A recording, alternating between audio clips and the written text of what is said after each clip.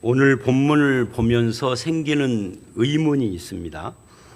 첫 번째는 아론과 그 아들들은 이미 제사장으로 부름을 받았고 제사장의 삶을 살고 있는데 제사장 위임식이 꼭 필요하냐 하는 것이 첫 번째예요. 또 제사장 위임식을 하지 않는다 할지라도 제사장의 일을 하면 되는 것이지, 제가 이제 14절까지 읽었습니다만은 사실은 너무 길어서 14절까지 읽은 거예요. 오늘 설교는 29장 전체를 가지고 하는 겁니다. 46절까지. 그래서 35절로 37절을 보면 이 제사장 위임식을 7일 동안이나 해요. 뭐 1시간 하는 것도 아니고 하루 하는 것도 아니고 온 이스라엘이 7일간을 요란하게 이런 위임식을 꼭 해야만 하는가 하는 의문이 있습니다. 저는 이 말씀을 준비하면서 의도한 것은 아닌데 이제 출애굽기를 순서대로 쭉 설교를 하다가 보니까 이제 그 다음에는 뭐 하고 다음에는 뭐 하고가 정해지지 않겠습니까? 오늘 터키로 선교사 파송을 받는 박감열 목사님을 위한 말씀 같다 하는 생각도 또 들었습니다. 어쨌든 이 긴 46절이나 되는 이 본문의 구조는 도표를 보면 총 5단락으로 구성되어 있습니다. 그 5단락은 여러분이 도표를 보고 확인을 하시고요. 이 모든 5단락의 이 모든 것을 종합하면 한마디가 돼요. 그게 뭐냐면 나는 누구인가, 너는 누구인가, 이런 주제로 연결이 됩니다. 물론 자신이 누군지 모르는 사람은 아무도 없습니다. 또 아론은 자기가 제사장인 줄 이미 알고 있었습니다. 그런데 문제는 내가 제사장이라는 것을 아는 것과 그것이 공식적으로 선포되고 인정되며 그래서 스스로의 마음에도 그래 나는 이제 분명히 하나님의 제사장이라고 확신이 되고 내 마음에 인쳐지는 것은 이거는 다른 것이다 하는 것입니다. 민수기에 나오듯이 고라당, 이 당시에 고라를 중심으로 하여서 모인 무리 한 250명 정도 되죠. 이 사람들은 아론만이 대제사장 되는 것을 적극적으로 반대했던 사람들이에요. 물론 하나님께서 처리해서 다 죽었지만 그런 상황 속에서 내 마음에 아직 제사장이라는 이 직책과 삶에 대한 자신감이나 적극적인 자세가 우러나오지 않고 있기 때문에 이 위임식이 필요했던 겁니다. 그래서 이제부터는 하나님도 그리고 다른 모든 사람들도 다 너를 하나님이 세우신 제사장으로 알고 인정해 줄 것이니 그러니 너도 너 자신과 자기의 직분과 은사에 대해서 좀 적극적인 자신감과 책임을 갖고 살며 열매를 맺어라. 뭐 그런 의미에서 공적인 선포를 하는 거죠. 그런 의미가 이 제사장 위임식이나 목사 위임식에 담겨 있는 것입니다. 자, 먼저 1절로 14절을 보겠습니다. 여기에 먼저 1절로 9절의 위임식 과정이 나오는데 이 위임식 과정의 끄트머리인 7절을 보면 이 제사장 아론의 머리에 관유라는 것은 기름입니다. 관유를 붓는 의식을 합니다. 그런데 이렇게 기름 붓는 것을 레위기 8장이 설명을 해요. 8장 10절로 12절 한번 함께 읽어보도록 하겠습니다. 시작. 모세가 관유를 가져다가 성막과 그 안에 있는 모든 것에 발라 거룩하게 하고 또 제단에 7번 뿌리고 또 그 제단과 그 모든 기구와 물두멍과 그 받침에 발라 거룩하게 하고 또 관유를 아론의 머리에 붓고 그에게 발라 거룩하게 하고 바른다와 붓는다는 건 의미는 같아요. 근데 여러분 보세요. 발라 거룩하게 하고 발라 거룩하게 조금 한글이 좀 그렇습니다만은 발라 거룩하게 해라. 기름 붓는다는 것은 뭐라는 뜻이에요? 거룩하게 한다. 뭐 거룩하게 한다는 건 뭐예요? 구별한다는 거예요. 그것을 온 이스라엘이 보는 앞에서 하라는 거죠. 이제부터 이 사람들은 하나님의 사람들이다라고 공적으로 선포한다는 거죠. 그런데 신약 성경 요한일서 2장 20절과 27절을 보면 그 기름 부음이 예수 믿는 우리에게는 이미 있다라고 그렇게 말씀을 해요. 한번 읽어봅니다. 시작. 너희는 거룩하신 자에게서 기름 부음을 받고 주께 받은 바 기름 부음이 너희 안에 거하나니 너희를 가르친 그대로 주 안에 거하라. 그렇다면 예수 믿는 우리는 스스로 나는 기름 부음 받은 제사장이다, 기름 부음 받은 하나님의 사람이다라고 그렇게 여기고 받아들여야 하는 것이죠. 그것을 신학 이론으로 알라는 것이 아니고 실제의 삶 속에서 자기를 어떻게 생각하느냐 하는 문제라는 이야기입니다. 왜냐하면 사람들은 내가 누구냐를 어떻게 자각하느냐에 따라서 말과 행동과 자세와 성품이 달라지기 때문에 그렇습니다. 1990년대에 김일성이가 지시해서 북한에서 만든 야수들의 싸움이라는 비디오 테이프를 제가 본 적이 있어요. 그 비디오 테이프에는 수많은 동물들이 죽기까지 싸우게 만들어 놓고 그걸 구경하는 게임이에요. 아니, 쟤네들은 왜 그런 비디오를 만들었을까요? 이유는 딱 하나입니다. 자신들의 존재 목적이 적화 통일, 즉 혁명에 있기 때문에, 그렇다라고 믿기 때문에 이런 걸 좋아하는 그런 호전적 성품이 될 수밖에 없었던 거죠. 그러나 성도는 야수가 아닙니다. 성도는 혁명가도 아닙니다. 성도는 오직 거룩하신 하나님의 사람입니다. 이게 우리의 정체성입니다. 내 정체성을 어떻게 이해하느냐가 굉장히 중요해요. 그런데 하나님의 사람으로 살려면 무엇을 해야 하느냐? 1절로 3절을 보면 예물을 준비해야 하고 5절 6절을 보면 옷도 입어야 하지만 이런 것들은 다 외적인 준비들이고 중요한 것은 4절에 물로 씻는 것, 즉 목욕을 요구해요. 한번 읽어봅니다. 시작. 너는 아론과 그의 아들들을 회막문으로 데려다가 물로 씻기고. 그런데 이 물로 씻긴다라는 것을 출애굽기 19장 10절 11절을 보면 이렇게 이야기를 합니다. 하나님께서 모세에게 백성들이 시내산으로 하나님을 만나러 오기 전에 먼저 성결하게 하며 옷을 빨아라 이럽니다. 그래서 본문 4절에 물로 씻는 것도 때를 베껴라 하는 이야기가 아닙니다. 하나님 앞에 부정을 씻고 성결하라 하는 이야기예요. 그래서 이 물로 씻기는 것을 오늘 본문 10절로 14절에 나오는 위임식의 첫 번째 제사인 속죄 제사와 같은 의미를 갖는 겁니다.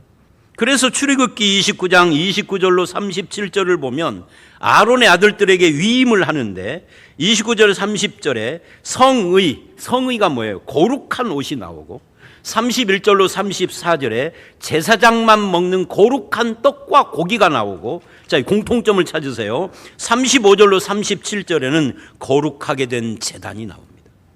어떤 것이 공통점이죠? 거룩입니다. 그러면 옷이나 음식이나 제단의 재질이 특별해서 거룩한 겁니까? 아니죠. 거룩이라는 것은 하나님께 드려졌다는 뜻이에요. 예를 들면 강대상에 이 컵을 하도 오래 써서 이제 좀 교체 좀 합시다. 빨간 걸로 교체합시다. 그래서 교체를 했어요. 이거 어디다 쓰죠? 우리 집에 가서 제가 커피 먹는 것으로 써요. 거룩합니까? 속된 겁니까? 성물이라는 것은, 이 거룩한 물건이라는 것은 그 물건의 재질이 특수하다가 아니라 하나님께 드려졌다, 그런 의미예요. 그러므로 피조물의 거룩은 오직 거룩하신 하나님께 드려져서 하나님이 함께 하시는 임마누엘, 그걸로만 거룩이 가능한 거예요. 그 임마누엘이 가능하려면은 옷을 빨고 성결해라, 핏부림으로 깨끗해, 이 이야기를 하는 것이죠. 그래서 29절로 37절에 그것을 외형적으로 나타낸 것이고 42절로 46절은 이제 나중에 설교 마지막에 좀 자세히 설명하겠습니다만은 우리 중에 거하시는 임마누엘 하나님으로 설명을 하는 거예요. 그리고 그 임마누엘 예수 그리스도가 이 땅에 오신 것으로 성취된 겁니다. 이것을 구약의 제사장들은 실제로 거룩이 아니라 물로 씻어 거룩해졌다고 간주하는 거예요. 신약에서는 제사장인 우리 성도들이 예수의 핏부림으로 거룩해진 거죠. 그래서 오늘 본문 4절에 물로 씻김이 10절로 14절에 예수의 핏부림을 상징하는 속죄제물로 연결이 된 거예요. 그런데 10절 12절을 보면 이때 중요한 것, 속죄제에서 중요한 것, 안수가 나옵니다. 한번 읽어봅니다. 시작. 너는 수송아지를 회막문 앞으로 끌어오고 아론과 그의 아들들은 그 송아지 머리에 안수할지며 너는 회막문 여호와 앞에서 그 송아지를 잡고 그 피를 내 손가락으로 제단 뿔들에 바르고 그 피 전부를 제단 밑에 쏟을지며. 이 안수에다가 밑줄을 하십시오. 제물의 머리에 안수한다는 것은 두 가지 뜻을 갖고 있어요. 자, 이 마이크 대가 두 개가 있어서 참 좋은데요. 이 사람의 죄를 이쪽으로 이 송아지에게 전가시킨다, 넘긴다가 첫 번째고요. 두 번째는 이 짐승이 안수한 사람, 그 사람 자신이 된다. 즉 연합, 동일시가 두 번째 뜻입니다. 제사장이 이 소에게 안수하는 순간 자기에게 있던 죄가 이 소에게 전가, 옮겨간 것이죠. 그래서 제사장이 책임져야 될 모든 죄값을 이 소가 대신 짊어지게 됨으로써 소가 죽은 것이 제사장이 죽은 것으로 간주되는 거죠. 결국 이것들이 보여주는 것은 나의 죄가 씻김 받았다, 나의 부족함이 전부 다 이 송아지에게 전가되었다 하는 것입니다. 제사장으로서 여러분 생각을 해보십시오. 내가 제사장인데 다른 사람에 비해서 나을 것이 하나도 없어. 이 나을 것이 없다라는 연약감과 부족함과 열등감, 그리고 나도 죄인인데 늘 하나님의 거룩함 앞에 내가 서야 해. 이 두려움과 책임감과 부담감, 이것이 물로 씻어지고 안수에서 핏부림을 받고 불살라질 때 전부 그 속죄제물에게 다 넘겨져서 처리되었다라는 것을 공개적으로 선언한 거예요. 그것을 아는 데서 오는 해방과 감격, 그 속죄의 은혜에서 오는 자유와 감사와 기쁨, 이것이 제사장직에서 가장 중요한 것이다.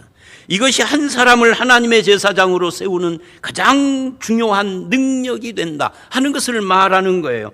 성도 여러분, 그런 의미에서 여러분의 마음에 예수의 핏부림이 있으십니까? 그 핏부림이 주는 자유와 감사와 해방의 기쁨을 얼마나 누리고 계신 겁니까?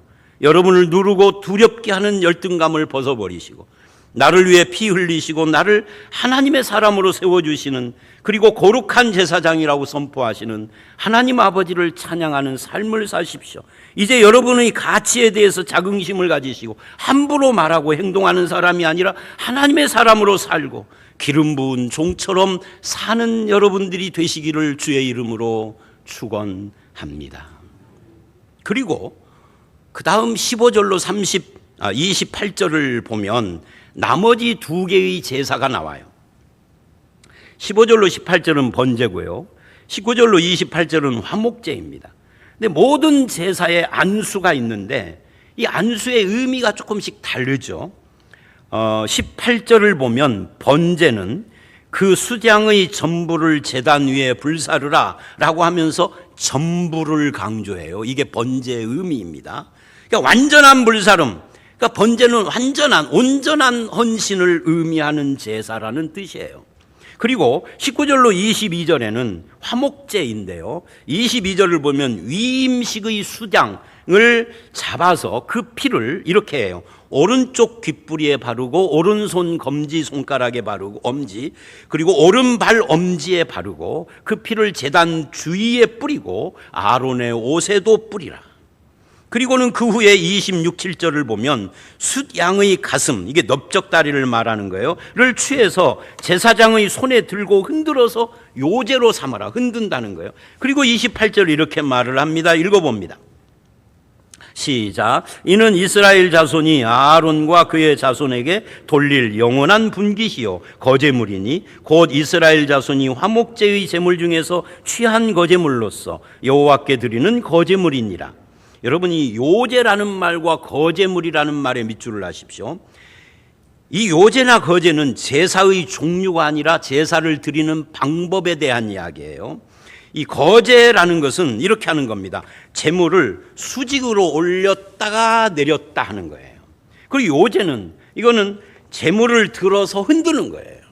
그런데 이 둘은 의미가 같습니다. 어떤 의미냐면 나는 하나님의 것입니다, 그런 고백이에요. 내 손에 가득한 이 재물처럼 나는 이제 내 손에 다른 것을 붙잡을 수 없는 자입니다 라는 고백이에요. 나는 이제 오직 하나님께 붙잡힌 자요, 하나님만 바라보고 하나님을 붙들고 하나님의 사명을 감당하겠습니다. 나를 받으시고 인정하고 내 약점과 부족함과 허물과 두려움을 덮어주신 하나님, 아직도 하나님께 온전히 드리지 못하고 내 것으로 잡고 있는 거, 이 세상과 내 고집과 내 삶의 방식을 내려놓고 하나님을 붙들겠습니다. 하나님께 붙잡힌 삶으로 하나님께 드려진 제물처럼 살겠습니다. 이게 거제 요제의 뜻이다 그 말. 이걸 화목제로 드리라는 거예요. 어떤 바이올린 연주자가 아주 훌륭한 연주를 마쳤습니다. 그러자 관중이 우레 같은 박수갈채를 보냈어요. 그런데 이 연주자는 그 박수갈채에 보통은 손을 들거나 인사를 하거나 뭔가 답례를 해야 하는데 그러지 않고 이렇게 관중석을, 청중석을 이렇게 둘러보는 거예요. 그러다가 구석에 있는 자기 스승을 발견을 했어요. 스승과 눈빛을 교환을 하는데 스승이 고개를 끄덕였습니다. 그러자 그 스승이 고개를 끄덕이며 훌륭했다는 표시를 하자 그제서야 박수갈채를 보내는 청중들에게 인사를 했습니다. 이 연주자의 첫 관심은 자기 선생을 기쁘게 하는 것이었죠. 이것이 안 된다면, 스승이 인정을 하지 않는다면 이 연주 망한 것이잖아요. 우리 그리스도인들로서의 첫 번째 관심이 뭐냐 할 때 사람을 기쁘게 하는 것이 아니라 하나님을 기쁘게 하는 겁니다. 하나님이 인정을 한다면 그러면 사람들이 인정하는 것보다 더 중요한 한 관문을 통과한 거잖아요. 그런데로 우리 주변에는 온통 타다가 말아버린 장작처럼 적당히 자기를 태우는 헌신자들만 우글거려요. 하나님이 인정하신 것을 알고 자기를 아낌없이 온전히 드리는 헌신자를 찾으십니다. 여러분은 어떤 제사장이십니까? 여러분이 하나님의 사람이라면 타다만 장작이 아니라 자기를 온전히 태우는 그런 헌신자가 되시기를 주의 이름으로 축원합니다. 그리고 이제 마지막 38절로 42절에는 위임식을 한 제사장들이 늘 드리는 번제에 대하여 나옵니다. 38절 읽어봅니다. 시작. 내가 제단 위에 드릴 것은 이러하니 매일 1년 된 어린 양 2마리. 여러분, 매일에다가 밑줄이나 동그라미를 하십시오. 말하자면 지금까지는 제사장의 위임식이었고 이제부터는 제사장으로서의 임무에 대한 이야기를 하는 겁니다. 그것이 늘 드리는 번제, 옛날 성경에는 상번제 이렇게 번역을 했어요. 참 어렵죠. 늘상 드리는 번제다 그 말이에요. 근데 39절을 보면 이 38절은 매일이라고 해놓고 그거를 어떻게 드리느냐 하면 아침에 양 1마리 드리고 저녁에 또 양 1마리를 드립니다. 매일. 그것도 1년 된 어린 양. 너무 오래된 양은 안 되는 거죠. 그리고 41절을 보면 이것을 화제로 드려라 그래요. 화제라는 말의 동그라미를 하십시오. 이것도 드리는 방법을 말하는 거예요. 불로 태워드리는 제사다라는 뜻입니다. 그런데 이거는 교제, 하나님과의 교제라는 의미를 가지고 있어요.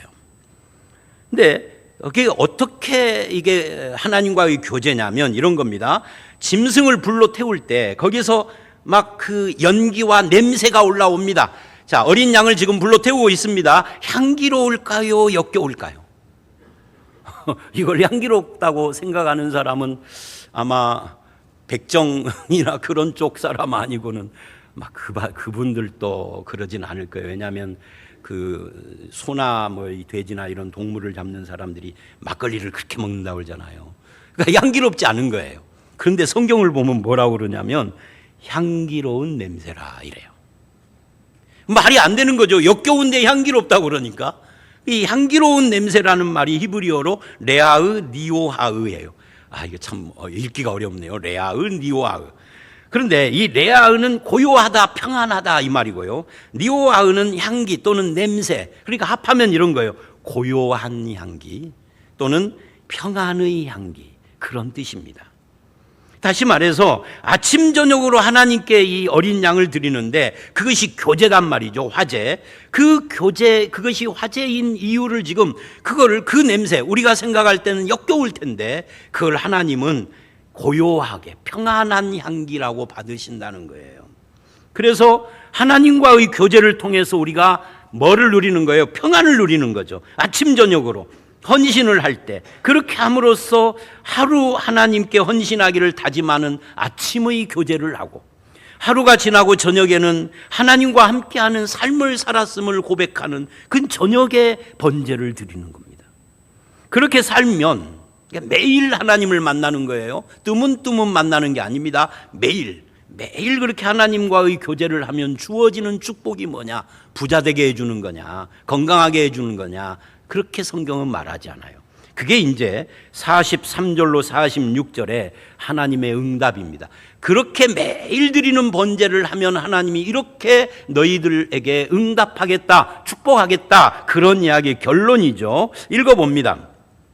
읽어볼 때 빨간 글씨, 파란 글씨 나올 때마다 네모칸이나 밑줄이나 뭐 이런 걸 보고 읽으셔야 돼요. 그러니까 화면으로 읽으시는 분들은 눈이 침침한 분들만 읽으시고 나머지는 성경으로 읽으셔야 돼요. 읽어봅니다. 시작. 내가 거기서 이스라엘 자손을 만나리니 내 영광으로 말미암아 회막이 거룩하게 될지라. 만나리니 거룩하게 된다, 거한다, 여기에다 밑줄해야 돼요. 44절. 내가 그 회막과 제단을 거룩하게 하며 아론과 그 아들들도 거룩하게 하며 내게 제사장 직분을 행하게 하며 내가 이스라엘 자손 중에 거하여 그들의 하나님이 되리니 그들은 내가 그들의 하나님 여호와로서 그들 중에 거하려고 그들을 애굽 땅에서 인도하여 낸 줄 알리라. 나는 그들의 하나님 여호와니라. 이 모든 말씀은 42절 하반절에 내가 거기서 만나고 너에게 말하리라로부터 시작된 거예요. 그것을 43절에 내가 거기서 만나겠다라는 말로 반복해서 시작을 하죠. 거기가 뭐예요? 성막입니다. 이스라엘은 이 성막에서 하나님이 만나줄 때 나의 영광, 하나님의 영광으로 거룩하게 될 것이고, 이스라엘 자손이 회막과 제단도 거룩하게 되고 아론과 그 아들들도 계속 거룩하게 된다는 말을 계속하죠. 이게 필수니까. 그럼 거룩하게 해서 뭐를 하겠다고요? 이렇게 말을 하죠. 44절 끝에 제사장 직분을 행하게 하겠다. 그러니까 이런 말이 거꾸로 돌리면 제사장 직분은 누가 감당하느냐 할 때 겉으로 제사장이 아니라 하나님께 거룩하게 됨을 입은 사람이 이걸 감당하는 거예요. 아무리 직분이 그걸 할지라도 거룩하게 함을 입지 못한 사람은 해서는 안 되는 것이고 할 수 없어요. 그 다음에 45절 내가, 즉 하나님이 이스라엘 자손 중에 거하여, 임마누엘이죠, 그들의 하나님이 될 것이고, 하나님이 거하는 것이 거룩이죠. 46절 그들은 내가 하나님 여호와로 그들 가운데 거하려고 애굽 땅에서 인도하여 낸 줄 알리라. 계속 강조하는 거 이게 아시겠죠? 하나님이 성막에서 그들을 만나고 거룩하게 해서 직분을 행하게 하겠다. 내가 그들 중에 거하겠다. 내가 그것을 위하여 애굽에서 인도했다. 하나님이 우리와 함께 하려고 인도하신 것이다. 그런 말이에요. 말하자면 아침 저녁으로 하나님과 교제하며 헌신하는 삶을 사는 사람이 제사장이고, 그렇게 사는 제사장에 주시는 하나님의 축복은 날마다 그들 가운데 거하심으로 축복한다는 거죠. 하나님은 나의 하나님 돼서 나는 너의 하나님이다, 내가 너를 거룩하게 한다라고 하시고, 나는 하나님 저는 당신의 것입니다, 하나님 이외에는 내 손에 잡은 것이 없습니다, 혹시 오늘 또 다른 것을 붙잡고 살았다면 용서하여 주시고 오직 하나님으로 만족하며 기뻐하는 삶을 살게 하여 주시옵소서라고 응답하는 거죠. 구약의 제사장이 제물 드리는 일보다 먼저 해야 하는 것이 자기를 성결케 하는 것이었던 것처럼 신약의 제사장인 우리가 하나님께서 요구하시는 것은 일이 아닙니다. 하나님 앞에 성결한 삶이고 하나님을 붙잡는 신실한 믿음이고 하나님과 날마다 교제하는 삶이고, 그래서 내 귀는 정결해서 하나님의 음성을 들을 준비가 되어 있는가? 내 손은 하나님의 일을 할 준비가 되어 있는가? 내 발은 하나님의 길을 걸을 준비가 되어 있는가? 내 입은 하나님의 말을 할 준비가 되어 있는가? 내 눈은 하늘의 것을 볼 준비가 되어 있는가? 내 생각은 하나님의 것을 생각할 준비가 되어 있는가를 점검해야 합니다. 다시 말해서 내 모든 삶이 성결함으로 유지되고 있는가를 살펴야 한다는 것이죠. 그래서 하나님 앞에 타담한 장작이 아니라 온전히 드려지는 삶을 살아가는 저와 여러분들이 다 되시기를 주의 이름으로 축원합니다.